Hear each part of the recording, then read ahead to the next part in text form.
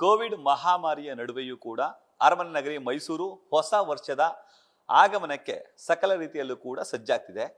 ಈ ನಡುವೆ ನಮ್ಮ ಜೊತೆ ಮಾತಾಡಲಿಕ್ಕೆ ನಗರ ಪೊಲೀಸ್ ಆಯುಕ್ತರಾದಂತಹ ರಮೇಶ್ ಭಾನೋತ್ ಅವರಿದ್ದಾರೆ. ನಾನು ಮಾತಾಡಿಸ್ತಾ ಹೋಗ್ತೀನಿ. ಸರ್, ನೂತನ ವರ್ಷಾಚರಣೆಗೆ ಅರಮನೆ ನಗರಿ ಯಾವ ರೀತಿ ಸಿದ್ಧ ಆಗ್ತಿದೆ ಸರ್? ಮೊದಲನೇದಾಗಿ ತಾವು ಹೇಳಿದ್ರಲ್ವ, ಈ ಸತಿ ಹೊಸ ವರ್ಷಾಚರಣೆ ಏನಿದೆಯೋ, ಬಿಕಾಸ್ ಕರೋನಾ ಇರೋದರಿಂದ ಸ್ವಲ್ಪ ಕೇರ್ಫುಲ್ ಆಗಿ ಎಲ್ಲ ಅವರವರು ಪ್ರಿಕಾಷನ್ ತೊಗೊಂಡು ಮಾಡಬೇಕಂತ ಕೋರ್ಕೊಳ್ತಾ ಇದ್ದೇನೆ ಮೊದಲನೇದಾಗಿ. ಎರಡನೇದು, ಕಳೆದ ವರ್ಷ ಯಾವ ರೀತಿನೆಲ್ಲ ಮಾಡಿದ್ದು ಅದೇ ರೀತಿಯಲ್ಲಿ ಇನ್ಸ್ಟ್ರಕ್ಷನ್ಸ್ ಎಲ್ಲ ನಾವು ಈಗ ಆಲ್ರೆಡಿ ಹೋಟೆಲ್ ಮಾಲೀಕರ ಜೊತೆ ಮಾತಾಡಿದ್ದೀವಿ, ಮೀಟಿಂಗ್ ಮಾಡಿದ್ದೀವಿ. 31st ನೈಟ್ ಇದರಿಂದ ಅದಕ್ಕಿಂತ ಮುಂಚೆನೇ 2 ದಿವಸ ಮುಂಚೆನೇ ನಾವು ಆಲ್ರೆಡಿ ಈಗ ಹೋಟೆಲ್ಗಳು ಮತ್ತು ಸ್ಟೇ ಹೋಮ್ಸ್ ಆಗಲಿ, ಅಪಾರ್ಟ್ಮೆಂಟ್ಸ್ ಆಗಲಿ ಎಲ್ಲ ಇದು ಚೆಕ್ ಮಾಡಿಸ್ತಾ ಇದ್ದೀವಿ. ಈಗ ನಮ್ಮ AC ಟೀಮ್ಗಳನ್ನು ಈಗ ಇಂಪಾರ್ಟೆಂಟ್ ಸ್ಟೇಷನ್ಸ್ ಏನಿದೆ, ಇಂಪಾರ್ಟೆಂಟ್ ಎಸ್ಟಾಬ್ಲಿಷ್ಮೆಂಟ್ಸ್ ಏನಿದೆ, ರೈಲ್ವೆ ಸ್ಟೇಷನ್ ಆಗ್ಬೋದು, ಏರ್ಪೋರ್ಟ್ ಕಡೆ ಆಲ್ರೆಡಿ ಇರುತ್ತದೆ. ಮತ್ತು ಈ ನಮ್ಮ ಅರಮನೆ ಅಂತ ಇಂಪಾರ್ಟೆಂಟ್ ಎಸ್ಟಾಬ್ಲಿಷ್ಮೆಂಟ್ಸ್ ಎಲ್ಲನೂ ಅಲ್ಲಿ ನಾವು ಚೆಕ್ ಮಾಡಿಸ್ತಾ ಇದ್ದೀವಿ. ಪ್ಲಸ್ ಹೋಟೆಲ್ಗೆ ಯಾರು ಬರ್ತಾ ಇದ್ದಾರೋ ಹೋಗ್ತಾ ಇದ್ದಾರೋ ಮತ್ತು ಇದೆಲ್ಲ ವೆರಿಫೈ ಮಾಡ್ತಾ ಇದ್ದೀವಿ. ಯಾವುದಾದ್ರೂ ಪ್ರದೇಶದ ಮೇಲೆ ನಿರ್ಬಂಧ ಇರುವಂಥದ್ದು ಅಥವಾ ಚಾಮುಂಡಿ ಬೆಟ್ಟ ಅದು ಹೇಳ್ತೀನಿ. ಸೊ ಈ ರೀತಿಯಲ್ಲಿ AC ಟೀಮಲ್ಲಿ ಮಾಡ್ತಾ ಇದ್ವಿ. ಅದಾದ ನಂತರ ಬಂದೋಬಸ್ತ್ ಎಲ್ಲ ಪ್ಲಾನ್ ಮಾಡ್ಕೊಂಡಿದ್ವಿ. ಬಂದೋಬಸ್ತ್ಗೆ ನಮ್ಮ ರೆಗ್ಯುಲರ್ ಸ್ಟಾಫ್ ಏನು ಸ್ಟೇಷನ್ನಲ್ಲಿ ಠಾಣಾ ಮಟ್ಟದಲ್ಲಿ ಯಾರು ಇರ್ತಾರೋ ಜೊತೆಯಲ್ಲಿ ಒಂದು 800 ಜನ ಅಡಿಷನಲ್ ಆಗಿ ಹಾಕ್ಕೊಂಡಿದ್ವಿ. ಸೊ ನಮ್ಮ DCP 3 ಜನ DCPಗಳಿದ್ದಾರೆ, ACPಗಳು ಒಂದು 30 ಜನ ACP, ನಮ್ಮ ಲ್ಯಾಂಡ್ ಆರ್ಡರ್ ACP, ಟ್ರಾಫಿಕ್ ಮತ್ತು CRನಲ್ಲಿರೋ ಎಲ್ಲ ACPಗಳನ್ನ ನಾನು ಬಳಸ್ಕೊಳ್ತಾ ಇದ್ದೀವಿ. ಅದೇ ಜೊತೆಯಲ್ಲಿ ಈಗ ನಾವು ಒಂದು 36 ತಂಡಗಳು ಮಾಡಿದ್ವಿ. 36 ತಂಡಗಳು ಏನಂದರೆ ಆ ದಿನ ಪ್ರತಿ ಏರಿಯಾನಲ್ಲಿ, ಯಾಕಂದರೆ ಈ ಸಂಭ್ರಮಾಚರಣೆ ಕಂಪ್ಲೀಟ್ ಸಿಟಿನಲ್ಲಿ ಪ್ರತಿ ಪ್ರದೇಶಗಳಲ್ಲಿ ಮಾಡ್ತಾರೆ. ಬಟ್ ಹೆಚ್ಚಾಗಿ ನಮ್ಮ ಅರಮನೆ ಕಡೆನೂ ಅರಮನೆ ಮುಂದೆ ಮಾಡೋದರಿಂದ ಅಲ್ಲಿ ಜಾಸ್ತಿ ಇದು ಮಾಡ್ಕೊಂಡಿದ್ವಿ. ಸೊ 36 ಟೀಮ್ಸ್ ಮತ್ತು 8 ಪಿಂಕ್ ಗರುಡ ಅಂತ ಹೇಳ್ಬಿಟ್ಟು ಹೆಣ್ಮಕ್ಳು, ಯಾಕಂದರೆ ಹೆಣ್ಮಕ್ಳ ಪ್ರೊಟೆಕ್ಷನ್ಗೋಸ್ಕರ ಇದಕ್ಕೋಸ್ಕರ ಮಾಡ್ಕೊಂಡಿದ್ದೀವಿ. ಜೊತೆಯಲ್ಲಿ ಸುತ್ತು ನಮ್ಮ ರಿಂಗ್ ರೋಡ್ ಇದೆ. ರಿಂಗ್ ರೋಡ್ಗೆ 8 ನಮ್ಮ ಈ ಹೈವೇ ಪೆಟ್ರೋಲ್ ವೆಹಿಕಲ್ಸ್ ಅದು 6 ಗಸ್ತನಲ್ಲಿ ಇರ್ತಾರೆ. ಅಲ್ಲಿ ಯಾರಾದರೂ ವೀಲಿಂಗ್ ಮಾಡೋದು, ಹೈ ಸ್ಪೀಡಾಗಿ ಹೋಗೋದು, ಬೇಕಾದರೆ ಯಾರಾದರೂ ಕಿಡಿಗಿಡು ಬಂದು ಈ ವಿಶ್ ಮಾಡೋ ನೆಪದಲ್ಲಿ ಮತ್ತು ಮಿಸ್ಬಿಹೇವ್ ಮಾಡೋದು, ಅದ್ರಿಗೋಸ್ಕರ ನಾವೆಲ್ಲ ಇದು ಮಾಡ್ಕೊಂಡಿದ್ವಿ. ಜೊತೆಯಲ್ಲಿ ನಮ್ಮ 18 ನಮ್ಮ 20 ಇದು ಇದ್ದಾವೆ, 112 ವೆಹಿಕಲ್ಸು ಮತ್ತು 18 ಗರುಡ ವೆಹಿಕಲ್ಸ್ ಇದ್ದಾವೆ. ಎಲ್ಲ ವೆಹಿಕಲ್ಸು ನಾವು ಅದನ್ನು ಬಳಸ್ಕೊಂಡು ಎಲ್ಲ ಬಂದೋಬಸ್ತೆಲ್ಲ ಮಾಡ್ಕೊಂಡಿದ್ದೀವಿ. ಜೊತೆಯಲ್ಲಿ ಈಗ ನಿರ್ಬಂಧದ ವಿಷಯ ಬಂದರೆ, ನಿರ್ಬಂಧದಲ್ಲಿ ಎಕ್ಸೆಪ್ಟ್ ಇದು ಚಾಮುಂಡಿ ಬೆಟ್ಟ, ಬೇರೆ ಕಡೆ ನಿರ್ಬಂಧ ಏನಿಲ್ಲ. ಚಾಮುಂಡಿ ಬೆಟ್ಟದಲ್ಲಿ ನಮ್ಮ 5 ಗೇಟ್ಗಳಲ್ಲಿ ಒಂದು ತಾವರಕಟ್ಟೆ ಗೇಟ್ ಬಿಟ್ಟು ಉಳಿದ ಗೇಟ್ಗಳಲ್ಲಿ 7 ಗಂಟೆಗೆ ಕ್ಲೋಸ್ ಮಾಡ್ತೀವಿ. ಈ ತಾವರಕಟ್ಟೆ ಗೇಟು 9 ಗಂಟೆಗೆ ಕ್ಲೋಸ್ ಆಗುತ್ತೆ. ಆನಂತರ ಯಾರು ನಾವು ಬಿಡಲ್ಲ. ಅಲ್ಲಿ ಮೇಲೆ ಗ್ರಾಮಸ್ಥರು ಯಾರಿದ್ದಾರೋ ಅವ್ರು ಲೋಕಲ್ಸು ಮತ್ತು ಏನಾದರೂ ಎಮರ್ಜೆನ್ಸಿ ಇದ್ದರೆ ಬಿಟ್ಟು ಯಾರನ್ನೂ ಬಿಡಲ್ಲ. ಅದಕ್ಕಿಂತ ಮುಂಚೆ ಯಾರಿದ್ರು ಎಲ್ಲ ಕೆಳಗಡೆ ಬಂದುಬಿಡಬೇಕು. ಯಾಕಂದರೆ ಮೇಲೆ ಯಾರಾದರೂ ಅಲ್ಲಿ ಏನಾದರೂ ವರ್ಷ ಆಚರಣೆ ಏನೋ ಹೊಸ ವರ್ಷ ಆಚರಣೆ ಮಾಡೋದು ಅಲ್ಲಿ ಕೂತ್ಕೊಂಡಿದ್ದರೆ ನಾವು ಅವನ್ನ ಅಲ್ಲಿಂದ ನಾವು ಆ್ಯಕ್ಷನ್ ತೊಗೊಳ್ತೀವಿ. ಜೊತೆಯಲ್ಲಿ ಈ ನಮ್ಮ ಜನರು ಏನಂದರೆ ಈ ಹೊಸ ವರ್ಷ ಆಚರಣೆ ಈ ವಿಶ್ ಮಾಡೋ ನೆಪದಲ್ಲಿ ಹೋಗಿ ಕುಡ್ಕೊಂಡು ಹೋಗಿಬಿಟ್ಟು ಅಲ್ಲಿ ಹುಡುಗನು ಇದು ಮಾಡೋದು ಅಂತ ಇದ್ದರೆ ನಾವು ಆ್ಯಕ್ಷನ್ ತೊಗೊಳ್ತೀವಿ. ಈ ಹೋಟೆಲ್ಸ್ ಆಗಲಿ ಮತ್ತು ನಮ್ಮ ಈ ಅಪಾರ್ಟ್ಮೆಂಟ್ಸ್ ಆಗಲಿ ಬೇರೆ ಬೇರೆ ಕಡೆ ಎಲ್ಲಿ ಆಚರಣೆ ಮಾಡ್ತಾರೋ ಲಾರ್ಜ್ ಸ್ಕೇಲಲ್ಲಿ ಮಾಡುವವರು ಕಡ್ಡಾಯವಾಗಿ ಪರ್ಮಿಷನ್ ತೊಗೊಂಡು ಮಾಡಬೇಕು.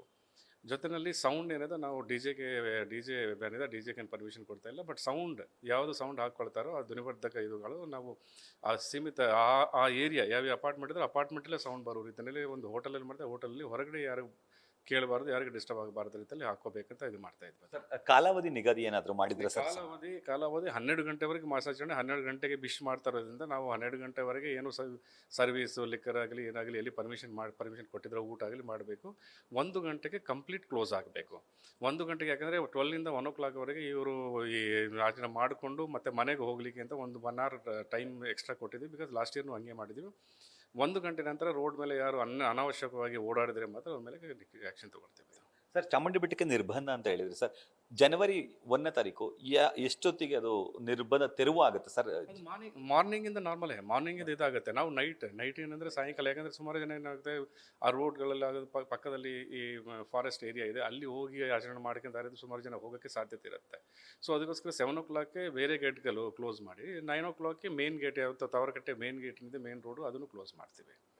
ಈಗ ಪಿಂಕ್ ಪೊಲೀಸ್ ಅಂತ ಹೇಳಿದ್ರು ಸರ್, ಅದು ಮಹಿಳೆಯರ ಸುರಕ್ಷತೆಗಾಗಿ ಅದು ಯಾವ ರೀತಿ ಕಾರ್ಯಾಚರಣೆ ಮಾಡುತ್ತೆ ಸರ್? ಇದು ಉಳಿದವರು ಅಟೆಂಡ್ ಮಾಡ್ತಾರೆ. ಪಿಂಕ್ ಅದರಲ್ಲಿ ಹೆಣ್ಣು ಮಕ್ಕಳನ್ನು ಹಾಕ್ತೀವಿ ನಾವು. ಸಪೋಸ್ ಹೆಣ್ಣು ಮಕ್ಕಳಿಗೆ ಏನಾದರೂ ಸಮಸ್ಯೆ ಇದ್ದರೆ ಇಮಿಡಿಯೇಟ್ಲಿ ಹೋಗಿ ಹೆಣ್ಣು ಮಕ್ಕಳಿದ್ದರೆ ಅವ್ರ ಜೊತೆ ಮಾತಾಡೋಕ್ಕೆ ಅವ್ರಿಗೆ ಏನಾದ್ರು ಸಮಸ್ಯೆ ಆದರೆ ಅದು ಏನಂದರೆ ಆ ಕಂಫರ್ಟ್ಗೋಸ್ಕರ ಅಂತ ಪಿಂಕ್ ಗರುಡ ಒಂದು ಸಪ್ರೇಟಾಗಿ ಮಾಡ್ತಾಯಿದ್ವಿ. ಇದು ಮೇನ್ಲಿ ಏನಂದರೆ ಪ್ಯಾಲೇಸು ಸುತ್ತಮುತ್ತ ಇಂಪಾರ್ಟೆಂಟ್ ಜಾಸ್ತಿ ಜನ ಎಲ್ಲಿ ಸೇರ್ತಾರೋ ಅಲ್ಲಿ ನಾವು ಇವನು ಹಾಕ್ತೀವಿ.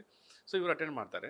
ಜೊತೆಯಲ್ಲಿ ಬೇರೆಯವರು ಎಲ್ಲ ಟೀಮ್ಗಳು 36 ಟೀಮ್ಸ್ ಅಂತ ಹೇಳಿದ್ದೀನಿ, 36 ಟೀಮ್ಸ್ ಇರ್ತಾರೆ, ನಮ್ಮ ಲೋಕಲ್ ಪೊಲೀಸ್ ಅವರು ಇರ್ತಾರೆ, ಲೋಕಲ್ ಬೀಟ್ ಅವರು ಇರ್ತಾರೆ, ಎಲ್ಲ ಇರ್ತಾರೆ.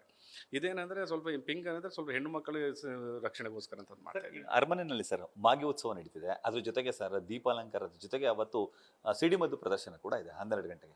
ಸ್ವಲ್ಪ ತಡ ಆಗ್ಬೋದು, ಅಲ್ಲಿ ಟ್ರಾಫಿಕ್ ಜಾಮ್ ಆಗ್ಬೋದು, ಅದೆಲ್ಲ ಟ್ರಾಫಿಕ್ ನಿರ್ವಹಣೆ ಎಲ್ಲ ಹೇಗೆ ಸರ್? ಈ ಟ್ರಾಫಿಕ್ ಎಲ್ಲ ಡಿಪ್ಲಾಯ್ಮೆಂಟ್ ಎಲ್ಲ ಮಾಡ್ಕೊಂಡಿದ್ದೀವಿ. ನಾವು ನೋಡಿದರೆ ಮೊನ್ನೆ ದಸರಾ ಟೈಮಲ್ಲೂ ಎಲ್ಲಿ ಯಾವ ಟ್ರಾಫಿಕ್ ಜಾಮ್ ಇಲ್ಲದೆ ನಾವು ಇದು ಎಲ್ಲ ವ್ಯವಸ್ಥೆ ಇದು ಮಾಡಿದ್ದೀವಿ. ಸೊ ಅದೇ ರೀತಿಯಲ್ಲಿ ವ್ಯವಸ್ಥೆ ಮಾಡ್ಕೊಂಡಿದ್ವಿ. ಯಾಕಂದರೆ ಅಲ್ಲಿ ಮೋರ್ ದ್ಯಾನ್ 10,000ಕ್ಕಿಂತ ಜಾಸ್ತಿ ಜನ ಬರ್ತಾರೆ ಅಂತ ಗೊತ್ತು. ಲಾಸ್ಟ್ ಇಯರ್ ಬಂದಿದೆ, ಇವತ್ತು ಅದಕ್ಕಿಂತ ಜಾಸ್ತಿ ಬರೋಕ್ಕೆ ಸಾಧ್ಯತೆ ಇರುತ್ತೆ. ಸೊ ಅದಕ್ಕೋಸ್ಕರ ಅಲ್ಲಿ ಟ್ರಾಫಿಕ್ ಸುತ್ತಮುತ್ತ ಟ್ರಾಫಿಕ್ ಫ್ರೀ ಫ್ಲೋ ಆಗೋಕ್ಕೆ ಎಲ್ಲ ವ್ಯವಸ್ಥೆ ಮಾಡ್ಕೊಂಡಿದ್ದೀವಿ. ಈ ನಡುವೆ ಕೋವಿಡ್ ಮಹಾಮಾರಿ ಹೆಚ್ಚಾಗ್ತಿದೆ, ಆತಂಕ ಕೂಡ ಇದಾಗಿದೆ. ಪೊಲೀಸ್ ಅವೇರ್ನೆಸ್ ಮೂಡಿಸೋವಂಥದ್ದು ಅಥವಾ ಗುಂಪುಗೂಡೋದು, ಮಾಸ್ಕ್ ಧರಿಸದೆ ಬರೋದು, ಅವ್ರಿಗೆಲ್ಲರಿಗೂ ತಿಳಿ ಹೇಳೋದು, ಆ ಥರದ್ದು ಏನಾದರೂ ಕಾರ್ಯ ಚಟುವಟಿಕೆಗಳನ್ನು ಆ ಸಂದರ್ಭಕ್ಕೆ ಮಾಡ್ತೀರಾ ಸರ್? ಅದು ಮಾಧ್ಯಮದ ದ್ವಾರ ನಾವು ಆಲ್ರೆಡಿ ಹೇಳ್ತಾ ಇದ್ವಿ, ಮತ್ತು ಆ ದಿನ 1 ಡೇ ಬಿಫೋರು ಮತ್ತೆ ಹೇಳ್ತೀವಿ. ಮನೆ DC ಅವರಾಗಲಿ ನಾವಾಗಲಿ ಅದೆಲ್ಲರಿಗೂ ಹೇಳ್ತೀವಿ. ಇದು ಏನಾದರೂ ಕಡ್ಡಾಯವಾಗಿ ಹಾಕಬೇಕು ಅಂತ ಇನ್ನೂ ಇಲ್ಲ.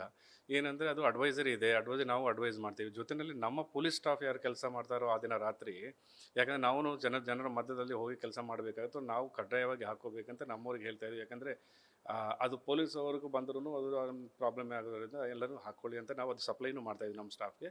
ಅದೂ ಒಂದು ಅವೇರ್ನೆಸ್ ಅಂತೂ ಡೆಫಿನೆಟ್ಲಿ ಕ್ರಿಯೇಟ್ ಮಾಡ್ತೀವಿ. ಈಗ ಎಲ್ಲರಿಗೂ ಹೇಳ್ತೀವಿ ಅದು advice. Thank you sir. Thank you. ಇಷ್ಟು ನಗರ ಪೊಲೀಸ್ ಆಯುಕ್ತರಂತಹ ರಮೇಶ್ ಭಾನತ್ ಅವರ ಮಾತುಗಳು. ಮೈಸೂರು ನಗರದಲ್ಲಿ ಹೊಸ ವರ್ಷದ ಸಂಭ್ರಮಾಚರಣೆಗೆ ಯಾವುದೇ ಅಡ್ಡಿಯನ್ನು ಪಡಿಸ್ತಿಲ್ಲ. ಮಧ್ಯರಾತ್ರಿ 1 ಗಂಟೆವರೆಗೂ ಕೂಡ ಕಾಲಾವಕಾಶವನ್ನು ನೀಡಲಾಗಿದೆ. ಅದೇ ರೀತಿ ಚಾಮುಂಡಿ ಬೆಟ್ಟಕ್ಕೆ ಕೂಡ ಸಂಜೆ ವೇಳೆ ನಿರ್ಬಂಧವನ್ನು ವಿಧಿಸ್ತೀವಿ.